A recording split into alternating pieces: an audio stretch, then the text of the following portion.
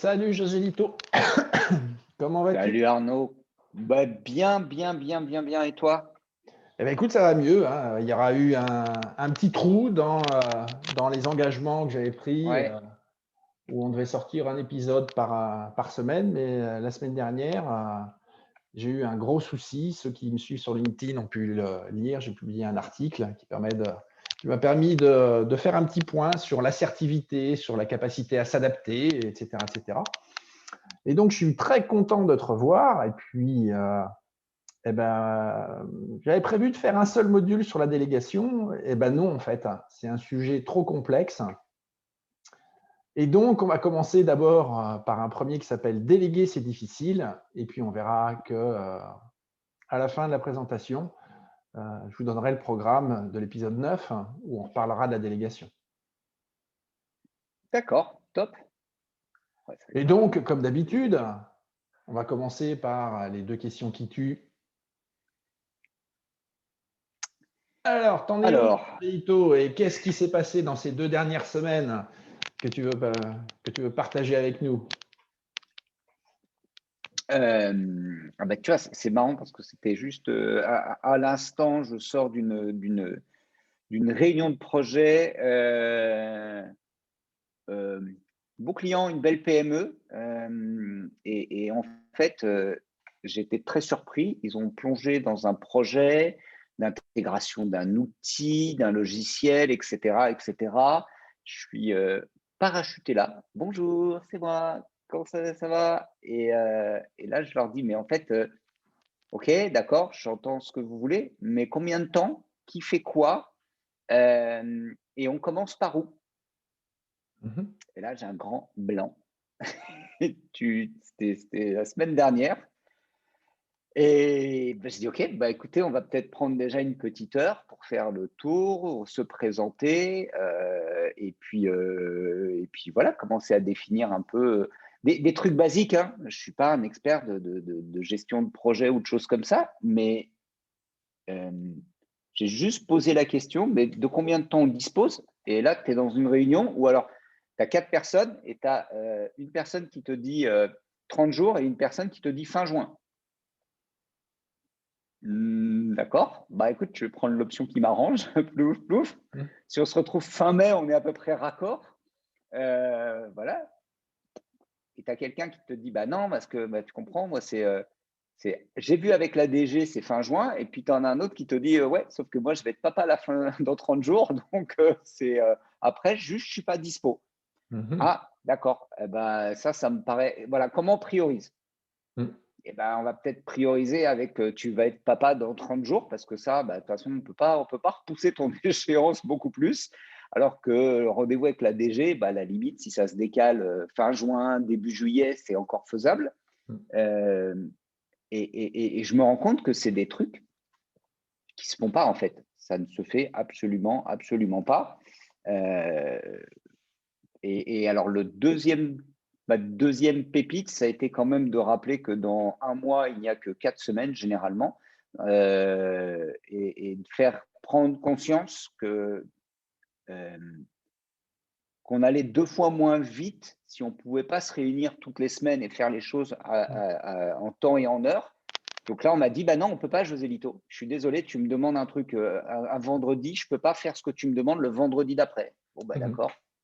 Bah, l'autre vendredi en 15. Ah ouais, ouais, ça je peux faire. C'était une des lois là. En fait, j'ai appliqué là, j'ai vu à Mhm. l'œuvre une des 12 lois du temps. Mhm. Donc je dis, bon, bah, d'accord, écoute, on va faire des sprints de 15 jours. Par contre, on va apprendre 2 fois moins de choses. On ira 2 fois moins vite. Mhm. Bah, j'ai laissé passer 15 jours et là, on m'a dit, là, ce matin, on m'a dit, Mhm. ah non, non, non, mais pour la réunion de vendredi, ah ouais, non, non, mais non, je ne serai pas prêt. Donc, de toute façon, bah, je dis, OK, tu veux qu'on fasse des sprints à 3 semaines, un mois, tu veux qu'on en reparle en 2024, c'est pas un problème, hein. Mais impressionnant. Plus tu laisses de temps, plus les projets sont en retard. Il faut les mettre sous contrainte.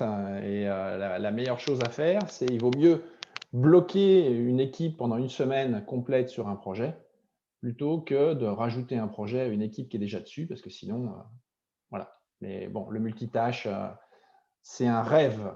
c'est un rêve. Les machines Oui, parallèles sont capables de le faire, on n'est pas câblé pour. Et toi, à non, titre clairement. perso, par rapport à tout ce qu'on a Moi, vu, par rapport à tout ce qu'on a vu, je fais, je suis une catastrophe nucléaire. Je fais de mes 3 tâches, j'en fais une par jour. mais c'est déjà bien. Mais en fait, ça me oui, mais en fait, José ça me Lito, mais tu sais que c'est ouais, déjà très très bien. Il y a plein c'est de gens vrai. qui marquent 3 tâches et qui n'en font aucune.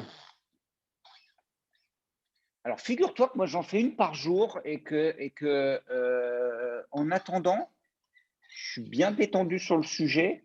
Hem, je disais encore ce matin et ça me fait bizarre que ce soit moi qui le dise, hein, mais j'ai troqué le non, tu sais, pour moi, le temps, tout ça, je suis un créatif, je suis un artiste, c'est pas mon mode de fonctionnement, je suis un hyper intuitif.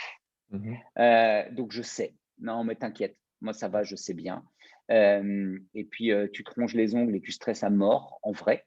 Mais c'est pas grave, c'est un artiste, c'est normal, tu souffres et c'est en plus, tu un artiste maudit donc franchement, tu t'en chies, quoi.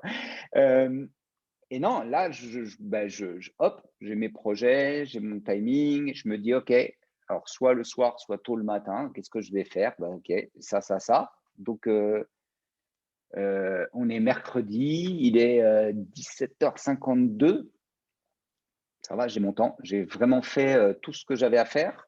Mhm. Voilà et puis je fais des to-do list et je les priorise. Donc ça, c'était Ah, aussi intéressant, ce qui bon. a beaucoup, beaucoup fait rire ma femme. Heu, quand quand on s'est dit: J'imagine. «Tiens, il y a plein de petites choses qui traînent en ce moment, stop, 2 secondes. On sent qu'on a plein de petits sujets à gauche, à droite. Viens, on fait une liste». Mhm. Et là, je lui ai dit: «Ouais, c'est bien la liste, ma chérie, mais attends, viens, on va prioriser». Donc ça l'a fait marrer. Elle a pensé très fort à toi et elle a bien rigolé. En attendant, on a priorisé et on a dépilé la liste correctement et ça s'est bien passé. Et en fait, ça c'est intéressant, c'est-à-dire que ce qu'on dit, évidemment, ça a une forte connotation professionnelle. Maintenant, de temps en temps, faire un point avec la personne avec qui tu vis sur ce que tu as dans ta tête, ce qu'elle a dans sa tête, et puis après se mettre d'accord sur dans quel ordre on fait les choses, ça peut aider Oui, aussi à maintenir une bonne relation. oui, exactement. Tiens, je fais Franchement, un petit coucou, à Marianne qui s'est abonnée à la chaîne et que j'ai eu et qui me disait qu'elle appliquait les 3 tâches par jour et qu'elle s'y tenait et qu'elle se sentait beaucoup mieux. Donc, Marianne, continue, lâche rien et tu vas voir que elle fait les 3. ça existe. Marianne, admiration éternelle, grand respect. Bravo Marianne, félicitations. Donc voilà, bien, Cool. eh ben allons-y. Donc, au cas Ah ouais. où vous seriez arrivé comme ça par hasard sur cette vidéo, sur cette chaîne, on parle de comment être efficace et performant. Et donc, en fait, pour le faire, il faut savoir se concentrer sur ce qui compte. Et donc, pour savoir se concentrer, il faut savoir prioriser et déléguer. Ce que la plupart des gens ne font pas, puisqu'ils consomment leur temps et vont pouvoir justifier le fait qu'ils sont en retard en montrant que leur agenda est plein. Ce qui Mm. fait qu'à ce moment-là, vous n'êtes absolument pas des créateurs de valeur, mais vous êtes des exécutants. Et comme tous les exécutants, un exécutant qui a raté quelque chose, dans pas mal d'entreprises, on l'exécute. Donc c'est un choix de savoir si vous voulez dépendre je dirais, de la bienveillance dégoulinante de votre manager ou prendre la main sur votre carrière et éventuellement construire la carrière et la vie que vous avez envie. Donc, en tout cas, il y a quelque chose qui est important, c'est qu'il faudra savoir déléguer. Et Mm. donc, je le rappelle encore, comme à chaque fois, José Ito ne sait absolument pas de quoi je vais parler, quand est-ce que je vais lui poser des questions. Maintenant, il a parfaitement compris que quand il y a ce slide gris avec un gros point d'interrogation, c'est pour lui, en tout cas jusqu'à présent. Et donc, comment tu définirais, si tu, voilà, ta petite nièce, parce que je sais que tu causes beaucoup avec ta petite nièce, je Ouais. dirais, tonton, j'ai entendu parler d'un truc à l'école, c'est la délégation. C'est quoi ce truc-là? Oh là là, à ma nièce, Ouais, je dirais, t'as vu quand tu télécommandes ta mère ou ton père? C'est ça la délégation. C'est quand tu leur fais faire exactement ce que tu as envie de faire et bah, voilà, ça c'est l'art ultime de la délégation. Je crois que les enfants n'ont pas besoin d'apprendre à déléguer, ils le font super bien et les parents se leurrent quand ils disent, «Elles ont 7 ans mes nièces». Les chéris, il faut mettre la table. Et tu as vu, ils me mettent la table, je leur demande, c'est extraordinaire. Il y a une espèce de semblant de pouvoir, de contrôle, de je ne sais pas quoi. Ils ne se rendent pas compte, les parents, que en fait, les enfants délèguent une quantité de choses aux parents. Euh, c'est difficile d'expliquer. Alors, la délégation, je dirais à ma nièce, tu vois, ma chérie, euh, euh, la délégation, c'est quand toi, tu as plein de choses à faire et que tu demandes à quelqu'un de faire quelque chose et qu'il le fait mieux que toi. Donc, je pourrais expliquer à ma nièce, à ma fille, même Mathilde, c'est bah, quand tu as besoin d'aller chercher quelque chose qui est très haut dans le meuble de la cuisine, tu demandes à ton frère Owen, parce qu'il est plus grand que toi, donc tu lui demandes de faire la chose que tu veux. Ça pourrait être une explication de la délégation. Euh, ouais, c'est ça. Je le ferai bon, comme ça, en fait. très bien. Alors, on va voir en fait, déléguer, c'est quoi? Je l'aime bien, ma chouette, donc c'est pour ça que Ouais, elle est adorable. je la remets à Elle est chaque très cool. fois.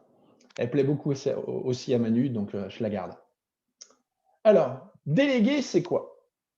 Ben, c'est en fait deux choses. La première, c'est charger une personne physique ou morale d'une mission ou d'une fonction. Alors ça, c'est important, parce qu'on prend souvent la délégation d'une personne à une autre.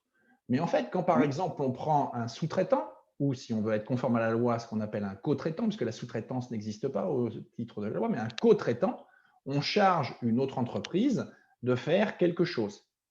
Donc la délégation, ça peut être aussi une personne physique ou morale. D'accord? Et c'est aussi, et c'est ça souvent qui va bloquer, c'est transmettre un Ah oui, pouvoir à cette personne. ah oui, c'est juste. Et donc, Ah oui. ça, c'est souvent oublié. C'est-à-dire que quand on charge quelqu'un sans lui donner le pouvoir, au titre de cette première définition que je te propose, ça n'est pas de la délégation. Généralement, d'ailleurs, ça va être ressenti comme une punition. Ouais, Donc, en gros, si on essaye de résumer déjà un premier truc, c'est en gros déléguer, c'est confier un pouvoir à quelqu'un de faire quelque chose. ouais, c'est juste. Bravo, bien vu. D'accord? Et pourtant, il manque quelque chose par rapport à ça. C'est que la personne à qui on va donner, il faut qu'elle soit autonome. C'est ce que j'appelle l'autonomisation. D'accord? Et ça, c'est important parce que ça change la définition de la délégation. Donc, en gros, la délégation, c'est quoi? C'est quand une personne confie une tâche, un projet, une mission, une fonction à une autre personne qui s'engage à la réaliser. Qui s'engage à la réaliser. Ah, là, tout de suite, on voit qu'il y a pas mal de délégations qui, en fait, n'en sont pas du tout. Et le deuxième axiome de cette définition, c'est donc que cette personne qui accepte la délégation est à ce moment-là responsable de réaliser le travail, sous réserve, évidemment, qu'on ait partagé le cadre dans lequel il faut qu'elle le fasse, c'est-à-dire en termes d'objectifs, en termes de contraintes, etc., etc. Donc, on voit que la délégation, c'est deux choses. C'est bien confier une tâche à quelqu'un, Hmm. mais que si la personne à qui on veut le confier s'engage à la réaliser, et elle ne pourra s'engager que si on lui donne toutes les données d'entrée pour savoir si elle peut s'engager ou pas. Donc, on voit que cette définition de délégation, en fait, elle est très très proche de quand on fait un contrat de sous-traitance. Un Oui, sous-traitant c'est va vrai. s'engager à faire quelque chose que quand on lui donne tous les éléments. Et d'ailleurs, quand on ne lui en a pas donné, qu'est-ce qu'il fait? Généralement, il modifie le contrat avec un avenant. Hmm.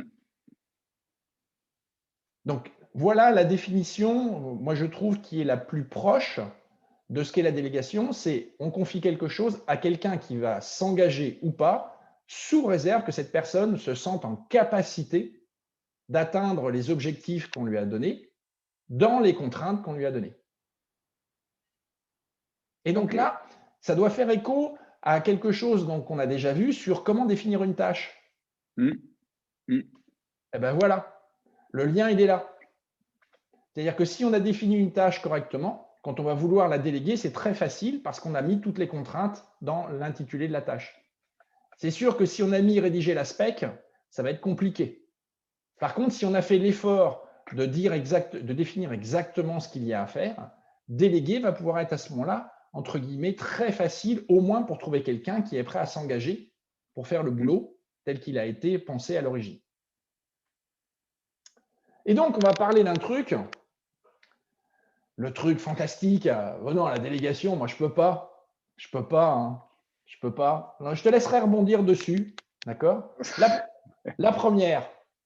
La première. Bah non, attends, je ne vais pas déléguer. Hein. Ça va me prendre plus de temps d'expliquer ce qu'il y a à faire que de le faire. Hein. Ouais. Un grand classique devant l'éternel qui fait que la 30e fois, quand on le dit et qu'il y a quelqu'un qui dit, mais ça fait quand même la 30e fois que tu le fais, si tu l'avais expliqué une fois, peut-être que tu aurais pu faire 29 fois autre chose. Donc voilà, la première. Tu la pratiques celle-là ou pas? Si moi je la pratique, ah oui, non, mais je l'ai pratiqué, mais carrément, mais carrément. C'est et maintenant? ah oui, oui. Ah, maintenant, maintenant, j'assume parfaitement d'être payé à rien foutre. Donc, plus je peux prendre de temps à expliquer à quelqu'un ce qu'il faut faire pour que je le fasse plus. J'ai mis du temps. Ouais, non, il y a une vraie question d'ego. On en reparlera. J'en parlais ce matin sur un épisode de cette histoire d'ego. Mais il y a vraiment ce truc de dire, je pense, standardisation, automatisation. Donc, par conséquent, si j'ai cet état d'esprit de standardiser, automatiser, j'arrive à me dire, ça va me prendre plus de temps de l'expliquer que de le faire. Ok, mais je dois le faire combien de fois? C'est exactement ce que tu viens de dire. Et si tu te dis, je dois le faire une seule fois par an, effectivement, fais-le.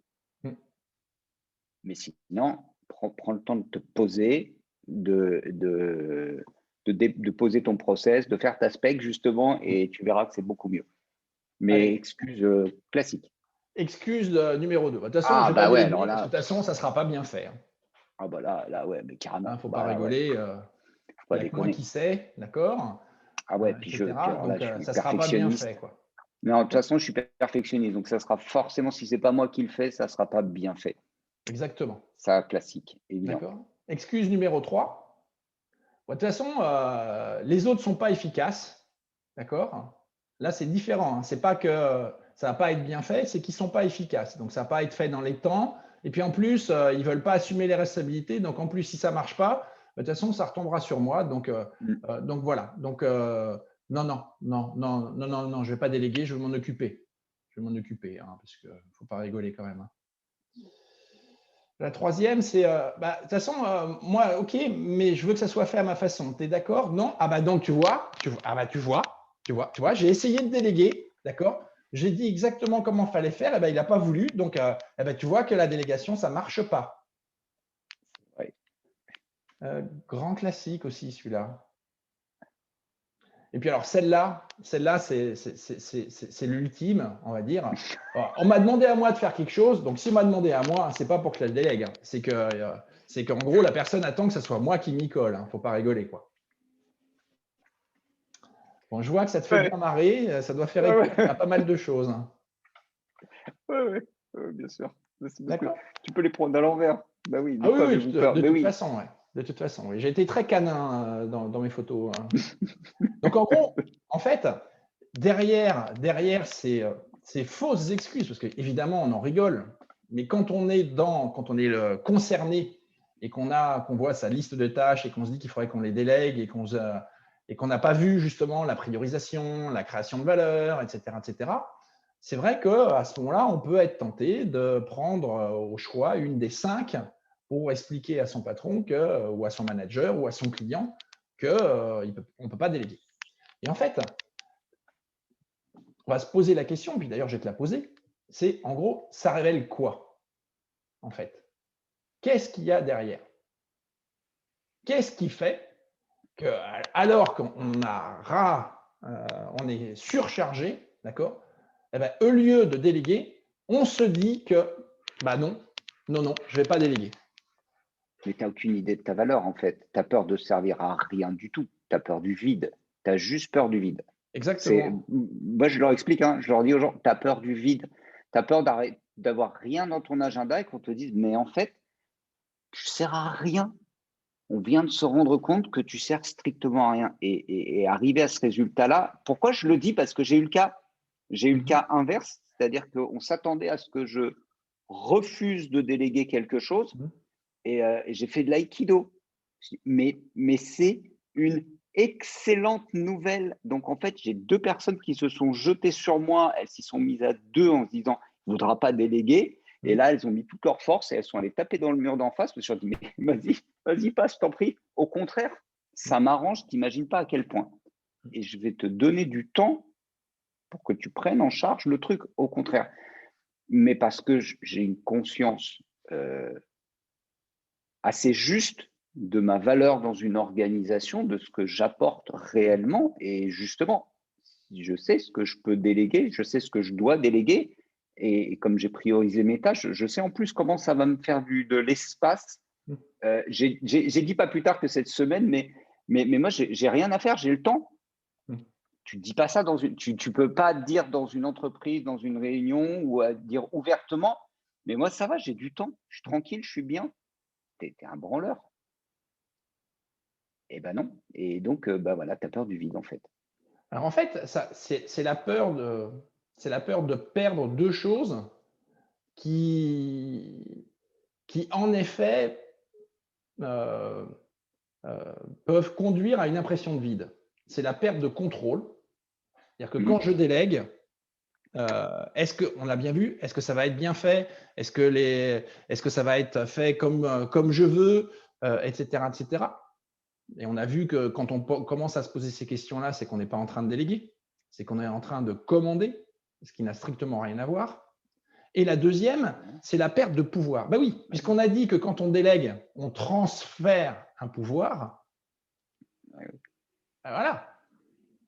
Combien de fois des réunions ont été annulées parce qu'un participant ne pouvait pas être là et qui ne voulait pas déléguer à quelqu'un d'autre le fait d'être présent et d'assumer sa responsabilité.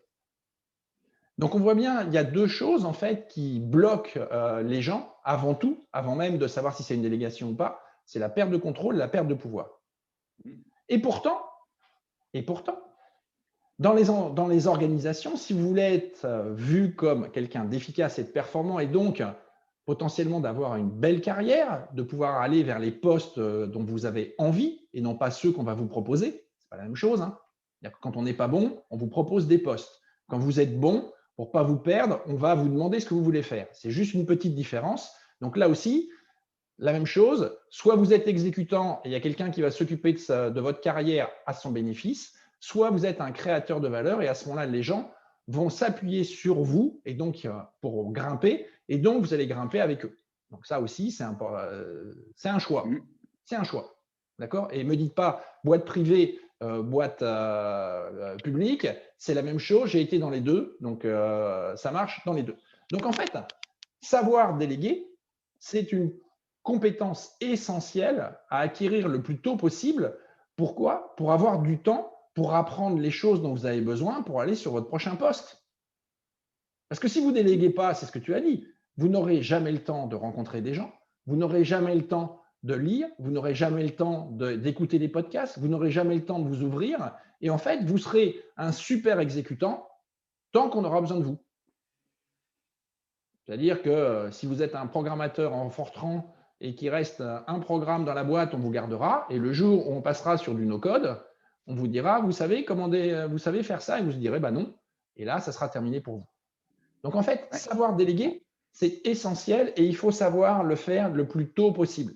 Malheureusement, ça aussi, c'est comme la gestion de projet, c'est comme la gestion des conflits, c'est comme la gestion d'une équipe, ça n'est pas enseigné dans les écoles et ça conduit à des catastrophes. Donc en fait, déléguer, si on revient, reprenons un peu, c'est quoi? C'est à la base créer de la valeur. C'est-à-dire, créer de la valeur, c'est quoi? C'est être respectueux de la valeur que l'organisation t'a donnée. C'est-à-dire que oui, je sais peut-être faire la tâche, d'accord? Oui, je sais peut-être la faire super bien, mais par rapport à toutes les autres, si je la fais, en fait, je ne vais pas faire gagner autant à mon organisation que si je la délègue. Et donc, ça, c'est le vrai curseur. Et c'est pour ça que cet épisode vient là, c'est que tant qu'on n'a pas priorisé, etc., on ne sait pas ce qu'on doit déléguer ou pas. Et donc, déléguer, c'est quoi? C'est vouloir créer de la valeur. Créer de la valeur pour son organisation, mais pas que. Parce que quand on va déléguer, puisqu'on a dit qu'on va confier une tâche et que la personne va s'engager et qu'on va donner toutes les contraintes, on le verra dans la prochaine vidéo, mais on fait monter en compétence l'organisation. On fait monter en compétence les gens à qui on délègue. On est capable, s'ils se sont trompés une fois, de leur expliquer pourquoi, ce qui fait que la prochaine fois, ben, ils ne reproduiront pas. Donc, on voit bien que déléguer, c'est quelque chose qui est vertueux. Et la deuxième chose, c'est que la délégation, elle est basée sur quoi? Sur un accord volontaire entre les deux parties. C'est-à-dire que quand on va, si moi je te demande quelque chose à faire pour moi, d'accord, je considérerais que c'est acté que quand tu m'auras dit c'est bon, je m'engage à le faire. Oui. D'accord. C'est pas et c'est pareil dans le business. Si par exemple je te passais une commande pour faire quelque chose, tu m'enverrais l'accusé de réception de commande que quand tu aurais vérifié que tu es capable de l'assumer. Oui, exactement. Donc en fait, derrière la délégation, il y a un mot qui est super important. Et tiens, c'est lequel? Ah ouais, hein, J'étais en non, train mais de je sais penser. bien. Même. Dans cette. Oui, bah oui, oui, merci. C'est la J'étais en train de chercher confiance. s'il était. Bah ouais. Bah ouais. C'est bête hein, comme truc, hein. Mais quand on délègue, puisque je vais confier à quelqu'un de faire quelque chose et que je vais lui donner un minimum de pouvoir pour qu'il puisse le faire, il faut qu'il y ait une confiance entre les deux. Parce que s'il n'y a pas de confiance, derrière, bah, je vais avoir tendance à aller vérifier toutes les 5 minutes si la personne est en train de le faire. Et si la personne a dit oui parce que je suis le chef, etc., et qu'elle a un problème, elle ne viendra pas me voir parce qu'elle va avoir peur que je suis pas un savon ou quelque chose comme ça. Donc, la base de la délégation, c'est quoi? C'est la confiance. Celui qui délègue doit donner toutes les informations à la personne à qui il veut déléguer pour que cette personne puisse, en toute connaissance de cause, pouvoir assumer la responsabilité qu'on lui donne. Donc en gros, une délégation, c'est quoi? C'est l'établissement d'une relation de confiance entre deux entités. Donc quand on contraint quelqu'un, on voit bien, c'est pour ça que j'ai mis à partir d'un accord volontaire, quand on contraint quelqu'un, d'accord, on n'est pas dans la délégation. On peut être dans la délégation après s'être frité, après avoir négocié et après être tombé sur un accord. Parce que tout ce qui aura été discussion conduira à l'établissement d'un niveau de confiance. Et évidemment, la confiance, elle doit être au même niveau des deux côtés. D'accord? Donc derrière la délégation, il y a la confiance. Et donc, je vais te parler des 7 erreurs qui conduisent justement à une mauvaise délégation, d'accord? Et qui font que généralement, tu vas te prendre les pieds dans le tapis. La première, c'est le sale boulot. D'accord? Donc, en gros, parce que toi, tu as envie de bien vivre, d'accord? Ben, tout ce qui t'ennuie, tout ce qui est pénible, etc., tu vas le déléguer. Donc, quand tu es tout nouveau, éventuellement, ça va marcher une fois, 2 fois, mais à partir de la 3e fois, chaque fois qu'il ira voir quelqu'un pour lui demander de faire quelque chose, il se dira, il essaye de me refourguer ses problèmes. D'accord? Et là, eh ben, on ne sera plus dans quelque chose de confiance, c'est-à-dire je te délègue quelque chose pour gagner quelque chose et moi je vais te donner quelque chose qui va te faire progresser, qui va te faire gagner. On est sur une négociation raisonnée en fait. On est sur du gagnant-gagnant. Ou si je perds, tu perds aussi, mais on est sur une relation de confiance qui est équilibrée. Donc la première, c'est le sale boulot. Hein, donc voilà, Bah, je dois partir en week-end, hein, José Lito. Là, je vais chercher mes enfants à la sortie de l'école. Il me restait 3000 données à revoir, hein, d'ici ce soir. Mais écoute, je compte sur toi, hein. Voilà, ça le boulot. Ouais, c'est pas délégué, c'est déchargé comme tu as une Voilà. image. La deuxième, c'est la procrastination. Ah ouais, alors ça, c'est top, ça. Alors ça, on se dit, ouais, cette tâche-là, je vais la commencer, puis je vais la commencer, puis je vais la commencer, puis à un moment, on voit que ça passe plus, et là, on se retrouve à aller voir quelqu'un. Bon, écoute, là, je suis super à la bourre sur ce truc-là, j'ai pas le temps de le faire, il faut que tu me le fasses. Toute ressemblance avec du vécu, évidemment, serait purement fortuit. Mais voilà. Donc, ça aussi, c'est pas de la délégation. D'accord? On est encore une fois en train de reporter sur quelqu'un d'autre ce qu'on devrait faire. Donc, c'est l'erreur numéro 2. Le principe de Peter. Alors, ça aussi, c'est intéressant. Elle est un peu plus subtile, celle-là. J'ai eu un peu plus de mal à l'expliquer à Manu. Parce qu'évidemment, Manu vérifie tout ça pour voir si ça a du sens avant. Le principe de Peter, c'est refiler aux autres ce qu'on ne sait pas faire. Alors, ça peut paraître un peu logique. Sauf que comment on peut avoir confiance quand on délègue ce qu'il n'y a pas à faire à quelqu'un à qui on ne va pas être capable de l'expliquer? Bah oui.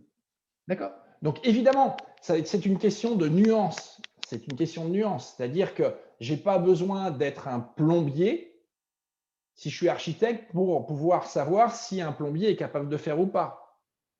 Mais il faut quand même que j'ai une certaine notion des choses pour pouvoir d'abord à savoir quel type de plombier il faut aller voir.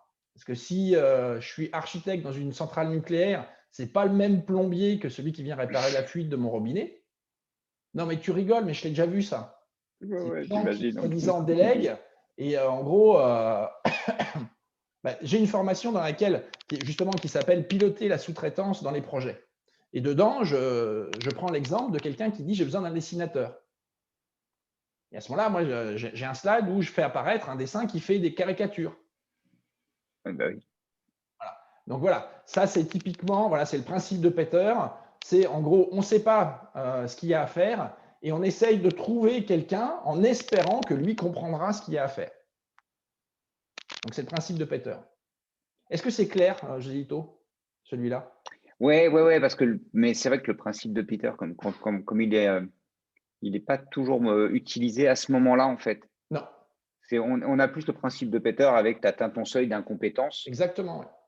Ouais. C'est pour ça qu'on dit que c'est toujours en haut des étagères qu'on met les livres qu'on n'utilise plus. Non, sauf moi. Sauf moi. Moi, ceux que j'utilise plus, ils sont tout en bas. Tout en bas, tu vois. Mais oui, c'est pour ça le principe de Peter, souvent on l'a vu par tu atteins ton seuil d'incompétence et donc après tu fais autre chose, etc. Mais ça m'intéresse, je trouve que c'est très bien de l'appliquer ici parce Et que donc, et si tu veux, c'est intéressant parce que si la personne à qui tu as confié la tâche n'y arrive pas, elle va revenir vers toi. Et Ouais. comme tu ne sais pas ce qu'il y avait à faire, donc tout de suite, au premier truc qui va arriver, la confiance éventuellement, si tu as été doué, si tu as été entre guillemets un bon vendeur, d'accord, la personne pensait que tu allais être derrière elle, et en fait, la personne va se retrouver que c'est creux, quoi. C'est juste du vent, c'est un écran, quoi. Et donc là, plus de confiance. S'il n'y a plus de confiance, on n'est plus non plus dans une relation de délégation. Ouais, ce que tu dis, une fois, deux fois, mais pas Voilà. plus. Bon, celle-là, la plus classique, hein. Ah, Voilà. Donc, écoute, moi, t'as vu là? J'ai ça là. Donc maintenant, tu vas me faire ça. Tu devais partir en vacances. Bah, écoute, de toute façon, je suis ton chef. Donc, tes vacances, c'est moi qui les signe. Donc, c'est non. Donc, voilà. Donc, ça, typiquement, on n'est pas du tout dans la délégation. L'erreur 5, celle-là, elle est super classique, notamment dans les projets. On parlait des projets, etc. C'est en gros, quand je vois que j'y arrive pas, d'accord, bah, je me dis que je vais prendre un sous-traitant comme ça. Si ça plante, eh ben, je pourrais dire que ce n'est pas moi. Sauf que s'il te plante, il va planter ton projet. Et s'il plante ton projet, ton client à toi ne va pas être content. Donc, en gros, la délégation, chaque fois qu'on va essayer d'externaliser le risque, c'est-à-dire de s'en débarrasser, en fait, là aussi, on ne va pas être dans la délégation. Ah, bah, je facture plus cher, j'ai déjà eu le cas. Parce que tu dis externaliser le risque, j'ai déjà eu le cas, je dis on est bien d'accord, je suis juste un fusible. Oui, bah là, c'est fois deux. Parce que ça va me péter à la gueule. Donc, pourquoi pas, si c'est Oui, complètement assumé, mais ce n'est pas de la délégation, c'est mais ce ce que n'est pas tu de la dis. délégation. Tu cherches entre guillemets, enfin, ce qu'on appelle en gestion du risque, à ce moment-là, tu vas chercher à t'assurer contre le risque, mais il n'empêche que si ça plante, tu vas te retrouver avec le problème et ton client à toi va te reprocher à toi de ne pas avoir justement délégué à des gens compétents. Exactement, De toute façon, on est bien d'accord, bien vu. ça va mal se passer. Le renoncement. Ça c'est le truc classique. Tu penses que tu vas réussir à faire quelque chose et à un moment, peu importe la raison, d'accord? Mais en gros, tu abandonnes parce que soit tu t'es rendu compte que ce n'était pas rigolo, soit parce que tu n'as pas les compétences, soit parce que c'est à livrer pour dans un quart d'heure et que tu sais très bien que tu ne vas pas y arriver. D'accord? Donc en gros, le renoncement, c'est, voilà, tu as dit que tu allais le faire et à un moment, ça ne passe plus, d'accord? Et donc, tu vas avoir tendance, là encore une fois, à reporter sur quelqu'un d'autre ce que tu n'as pas su optimiser, préparer, etc., etc. En tout cas, ce qui est certain, d'accord, c'est que dans tous ces cas, ce que tu risques, c'est de te reprendre ce que tu as envoyé, en gros, la merde que tu as envoyée aux autres. Parce que de toute façon, ton client final à toi, il s'en fiche que tu l'aies fait ou que tu l'aies délégué. Si lui, il attendait un résultat à un moment donné, c'est qu'il en avait besoin à ce moment-là, et peu importe ce que tu lui diras, puisque lui, il t'a délégué justement la responsabilité de lui donner le livrable qu'il attendait dans la qualité qu'il voulait, au prix qu'il a payé et à la date qu'il voulait, lui, il s'en fiche après. Sauf dans les marchés publics où tu dois faire habiliter les co-traitants que tu vas utiliser. Oui. Mais voilà. Donc, en gros, on a vu les excuses, d'accord? On a vu tout ce qui pourrait faire que vous avez l'impression de faire de la délégation. En tout cas, à chaque fois que vous faites une délégation avec une mauvaise délégation, vous avez allumé la mèche, vous avez lancé le boomerang et il va non seulement revenir vers vous, mais il va revenir plus gros, plus fort et il va vous faire beaucoup plus mal. Donc, en gros, comment est-ce qu'on peut s'évaluer sur sa capacité à déléguer? Coucou la chouette. Donc, en gros, il y a quelques points. D'abord, la délégation, c'est un processus. Donc, ça veut dire quoi? Ça veut dire que, sauf en cas de crise, la délégation, elle est anticipée et organisée. Pourquoi? Parce qu'on va être soucieux du coût que ça a en termes de ressources et de ce qu'on va créer comme valeur quand on va déléguer. Donc, chaque fois qu'à un moment, vous vous dites « Oh là là, ça, il faut que je le délègue », vous n'êtes pas en train de faire de la délégation, vous allez tomber dans une des 6 erreurs que j'ai présentées juste avant. Une délégation, ça s'organise. Ça s'anticipe. On a éventuellement planifié en fonction de certains critères. Si on est en retard, on va peut-être déléguer. Si on est bien, on va peut-être conserver en interne, etc., etc. Mais la délégation n'est pas un événement, c'est le résultat d'un processus. J'ai bien mis en fait, sauf crise, évidemment. S'il y a une crise, là, la délégation, ça va être une délégation d'urgence, mais tous les principes que j'ai présentés avant restent. Parce que sinon, en fait, qu'est-ce qui se passe? C'est ta charge de travail qui te pousse derrière, c'est-à-dire tu es arc-bouté comme ça, tu as toutes les tâches qui te poussent, d'accord? Et en gros, là, tu te dis, ah ben celle-là, je vais pouvoir la filer à Roger, celle-là, je vais pouvoir la filer à Florence, celle-là, je vais pouvoir la filer, etc., etc. Et en fait, tu te retrouves à faire quoi? Tu es un ventilateur, c'est-à-dire que tu as du foin derrière toi et toi, tu es le ventilateur et en fait, on met une botte de paille et là, ça diffuse. D'accord? Et donc ça, en tout cas, c'est tout à fait contraire au fait de vouloir être efficace et performant. C'est en gros, généralement, comment dire ça de façon diplomate, en gros, vous ne servez à rien et en fait, vous êtes une charge pour votre entreprise et vous brassez du vent et en gros, vous embêtez tous les gens à qui, soi-disant, vous déléguez.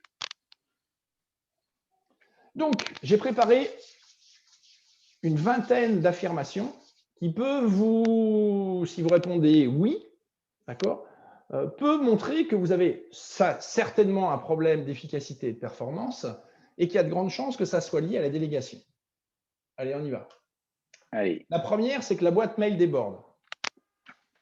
Oui, oui, Ah oui, c'est sûr que… d'accord. Quand vous déléguez rien et que vous voulez être au courant de tout, d'accord, déjà que naturellement la boîte déborde, mais alors là, ça va être le pire. Surtout quand les gens vont avoir compris qu'en gros, vous êtes débarrassé de vos problèmes, ils vont vous, dès qu'ils auront eux-mêmes un problème, ils vous enverront un mail pour se couvrir. La deuxième chose, c'est que vous travaillez beaucoup plus que vos collègues. Ben oui, comme vous ne déléguez rien et que vous gardez tout, ben après, c'est normal qu'on ne vous donne pas les trucs intéressants à faire. Parce qu'on sait que vous n'avez pas de gras, vous n'avez pas de buffer, que vous êtes de toute façon toujours surchargé et qu'au bout d'un moment, la surcharge, s'ajoutant à la surcharge, on ne va pas prendre le risque de vous mettre sur des projets, sachant en plus que comme vous ne déléguez rien, vous avez tout dans la tête et que donc si on voulait même vous sortir de ce que vous avez à faire, vous seriez incapable de l'expliquer à la personne qui reviendrait derrière. Ah là, je vois que ça a fait écho celui-là. Le truc le plus bête, hein, c'est oui. en gros très souvent en retard. Très souvent en retard. Donc ça, on verra dans une autre vidéo. On parlera de la gestion de l'agenda, mais voilà. En gros, vous êtes toujours en retard et éventuellement, c'est le client qui crie le plus qui fait que vous allez vous occuper de sa tâche en premier. Les gens à qui vous déléguez, d'accord, au bout d'un moment, quand ils vous connaissent, systématiquement vont vous dire qu'ils n'ont pas les moyens de réussir. Pourquoi? Parce que vous n'êtes pas capable de leur donner le cadre dans lequel ils doivent s'exprimer et que comme vous ne leur déléguez pas le pouvoir, eh ben, c'est l'étape d'après. De toute façon, ils sont désengagés parce que, entre guillemets, ils deviennent vos forçats. Donc, de toute façon, qu'ils fassent les choses vite ou pas, ça ne va rien changer. D'accord? Et de toute façon, s'ils font les choses vite, vous allez en refiler d'autres. D'accord? Donc, ils ont tout intérêt à faire traîner les choses. Et vous allez éventuellement interpréter ça comme quoi vous êtes désengagé. Alors ça, c'est vraiment, ces deux points-là, c'est vraiment quelque chose qui est important, notamment quand on fait de la gestion de projet. Parce que quand on est manager, éventuellement, on peut encore éventuellement se cacher derrière, c'est moi le chef, donc je peux te le dire. Quand vous êtes chef de projet, la principale caractéristique des chefs de projet, c'est que généralement, ils n'ont aucun lien hiérarchique sur les gens qui sont dans l'équipe. D'accord? Donc, la seule façon d'avoir un projet qui fonctionne, c'est justement de manier la délégation de façon professionnelle et de leur donner envie de travailler sur votre projet plutôt que sur les autres. Donc, un autre point aussi, c'est vous réexpliquer souvent les mêmes choses. Vous déléguez à Lucie, vous lui expliquez un truc. Et puis, 3 semaines plus tard, vous voulez déléguer quelque chose à François et vous vous rendez compte que vous êtes obligé de réexpliquer les mêmes choses. C'est peut-être que vous avez un petit problème de délégation là aussi, parce que pour reprendre ce que tu disais, si on est obligé de réexpliquer les mêmes choses plusieurs fois dans le mois, c'est peut-être qu'il y a quelque chose à faire. Et, ça peut être d'automatiser la délégation avec, pourquoi pas, une checklist, une procédure, un truc comme ça, voire carrément automatiser.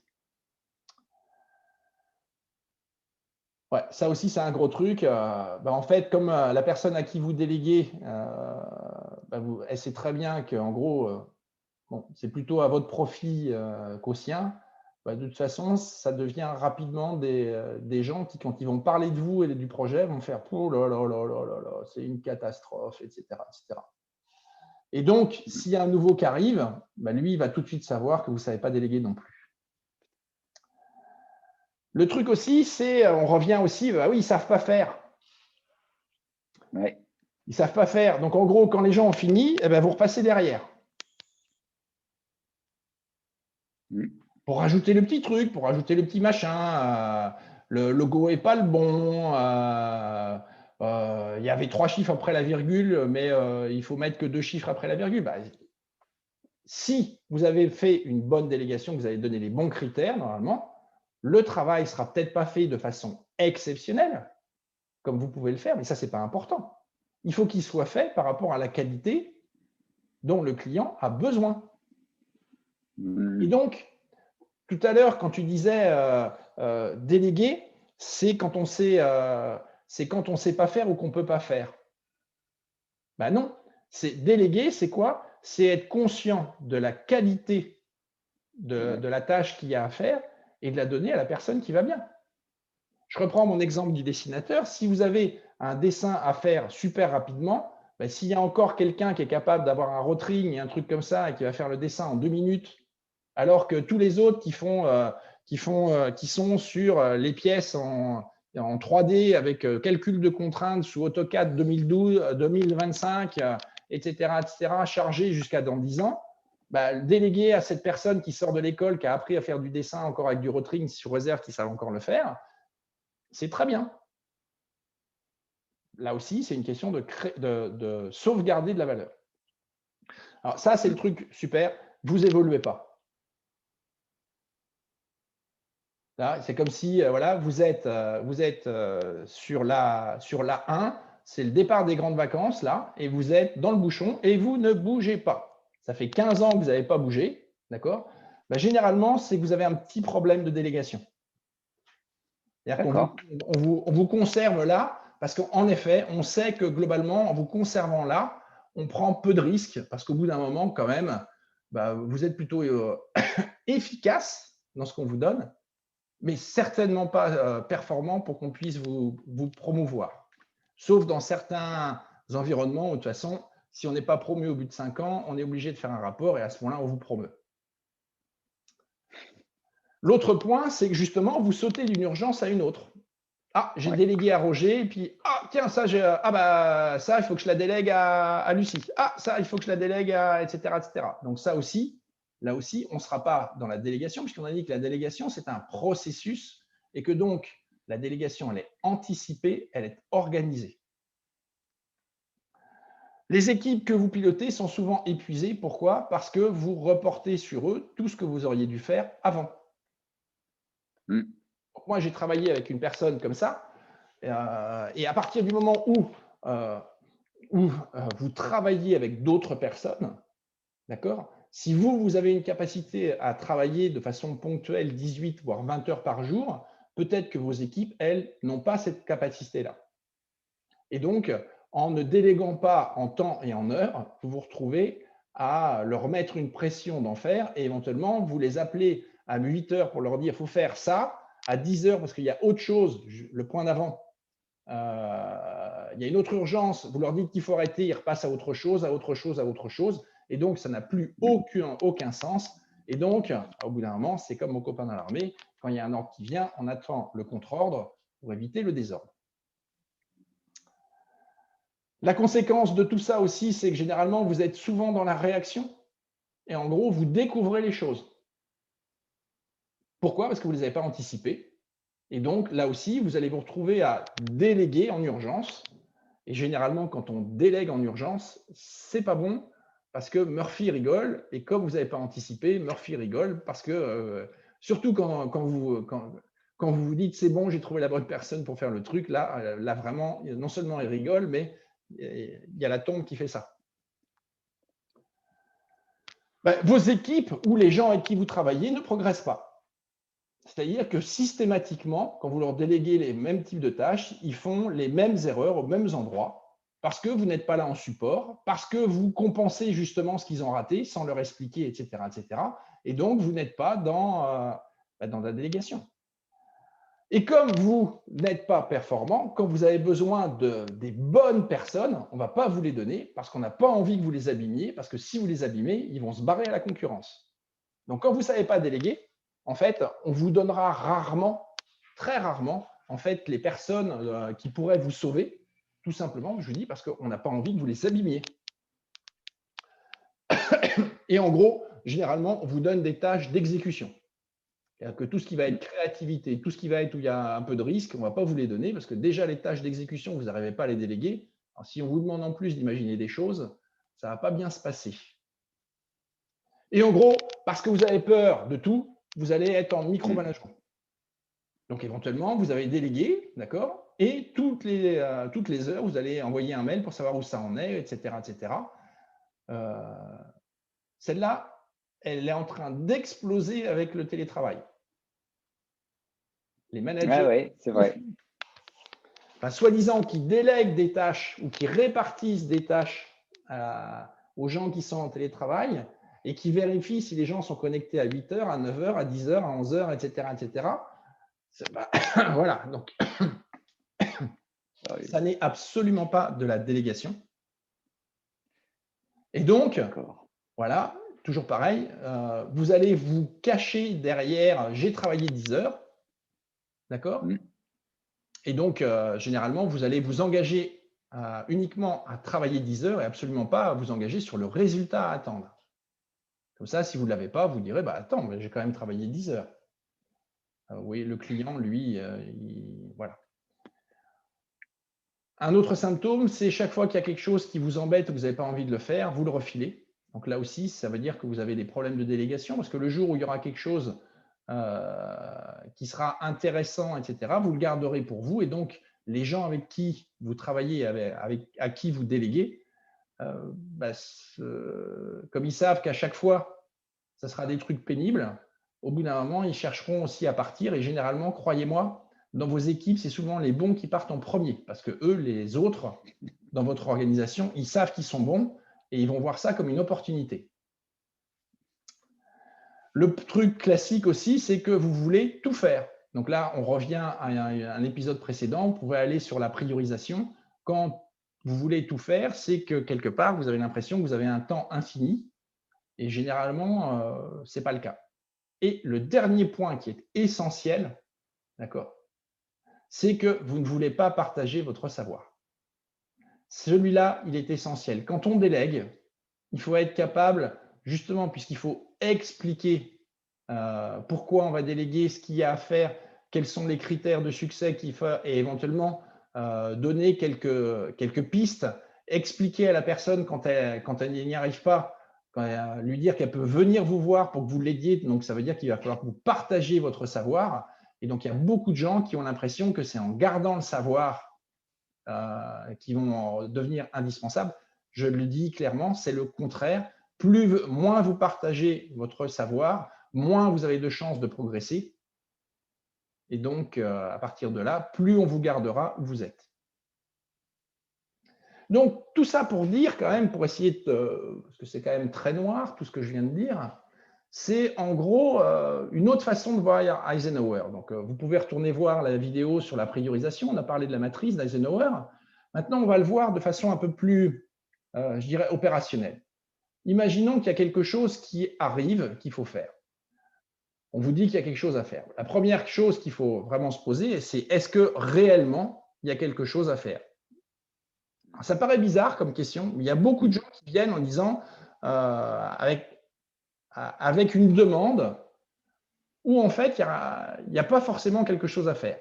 Donc là, si c'est non, là, il faut résister au fait que la personne veut vous entraîner dans sa galère, en fait. Et si vous aviez commencé, à ce moment-là, il faut stopper. Admettons qu'il y ait vraiment quelque chose à faire. Là, on va retrouver la règle des 2 minutes. Est-ce que ça vous prend moins de 2 minutes à vous pour le faire? Si oui, faites-le.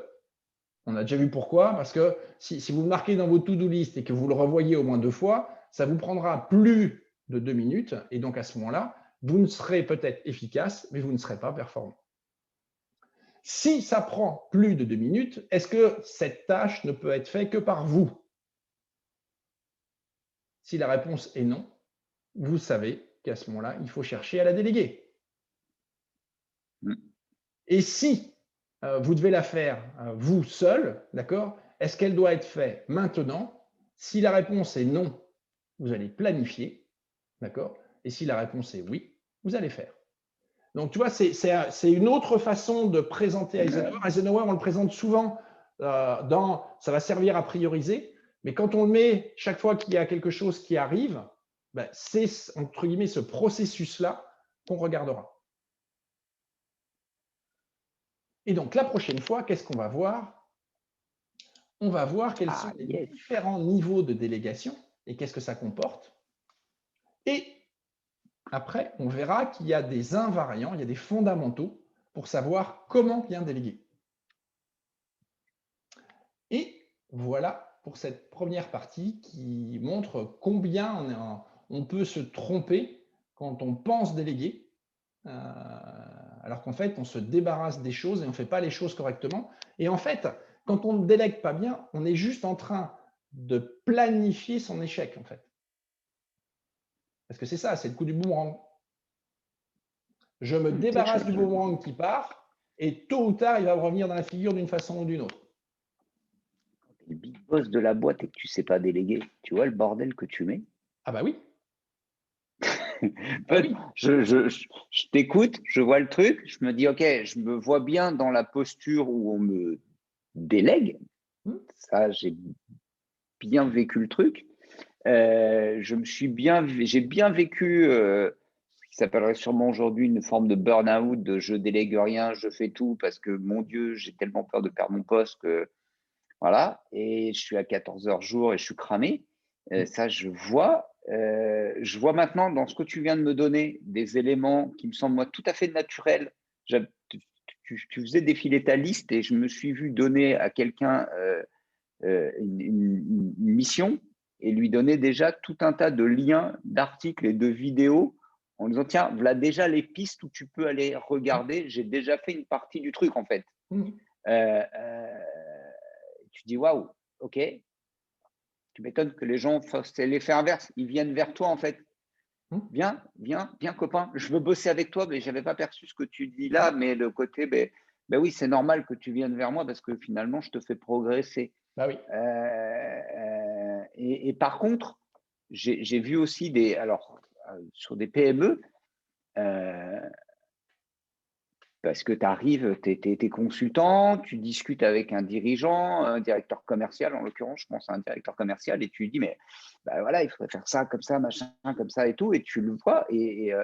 Donc, c'est un dirigeant plutôt sales, on va dire. Et là, c'est limite, mais physiquement, quoi. Il sort du bureau et hop, il attrape les gens en vol et pim, pim, pim, pim, pim, pim, pim. Et tu t'aperçois que c'est sa façon d'être. Et ce que tu dis, en fait, c'est oui, de l'autre côté, c'est les collaborateurs. Ces collaborateurs sont rincés, Bah oui.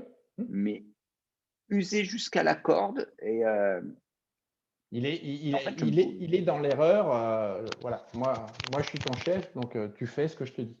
Sauf voilà, on va ils ne voir. s'en rendent même pas compte. Non, Ils il ne s'en s'en rend pas rendent même compte. pas compte.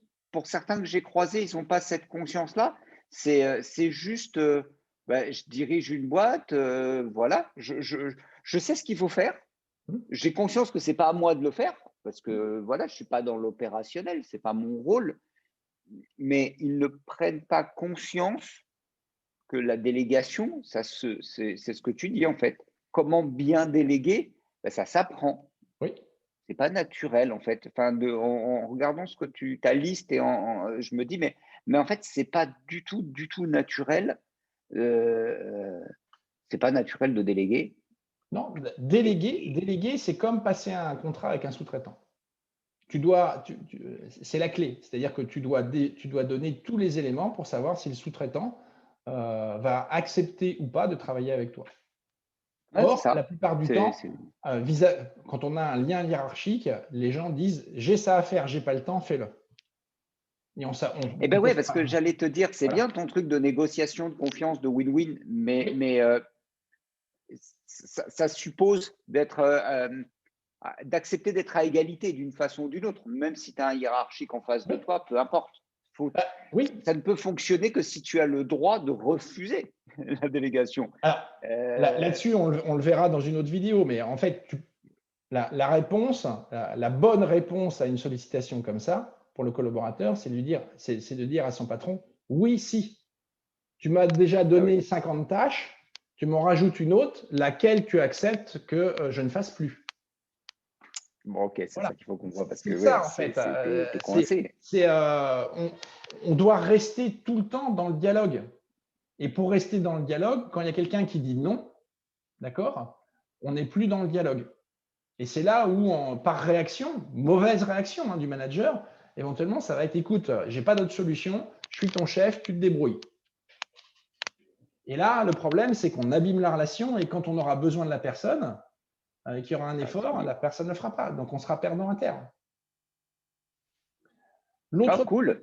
pour rebondir sur ce que tu disais sur les Oui, dirigeants, c'est qu'éventuellement, comme à partir d'une information, ce que tu disais, ils entendent quelque chose, d'accord? Et ils se disent, ah, ça c'est super, il faut que mes gens le voient.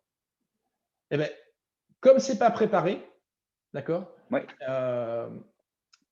Ils vont éventuellement demander la même chose à 3 ou 4 personnes. Mm. Oui, exactement. Mais c'est exactement ce que tu dis là. Vécu. Ou du moins, ils vont demander des choses dans leur tête qui paraissent différentes, mais où il y a des overlaps, ça se Oui, recouvre, et au lieu oui, que ça soit efficace, etc., c'est éventuellement dans la réunion où les gens vont venir avec des données, c'est le meilleur exemple, des données par rapport à la question qu'a posée le patron, d'accord? oui. Avec des résultats différents à la même question parce que l'approche n'a pas été la même. Et là, c'est clair aussi que c'est révélateur aussi d'un vrai souci dans la délégation. Et là, on revient encore, c'est que la délégation, ça s'anticipe, ça s'organise. Enfin, c'est comme tout, si on ne sait pas ce qu'on veut, il y a peu de chances qu'on arrive à bien déléguer, quoi.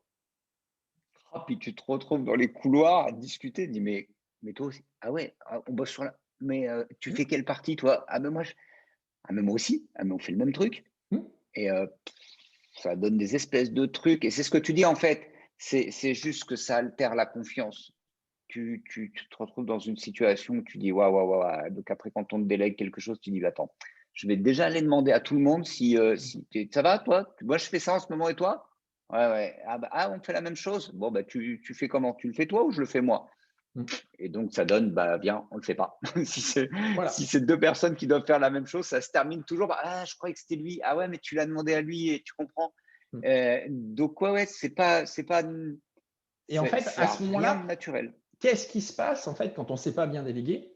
On se retrouve avec des gens qui travaillent avec soi qui ne sont que des exécutants. C'est-à-dire qu'ils ne prennent plus Oui, aucune initiative parce que comme ils n'ont pas toutes les clés, on leur dit tu peins le mur en jaune, ils peignent en jaune et il y a quelqu'un qui passe à côté à qui on a demandé de peindre en rouge et quand ils se rejoignent, ça fait du orange, quoi.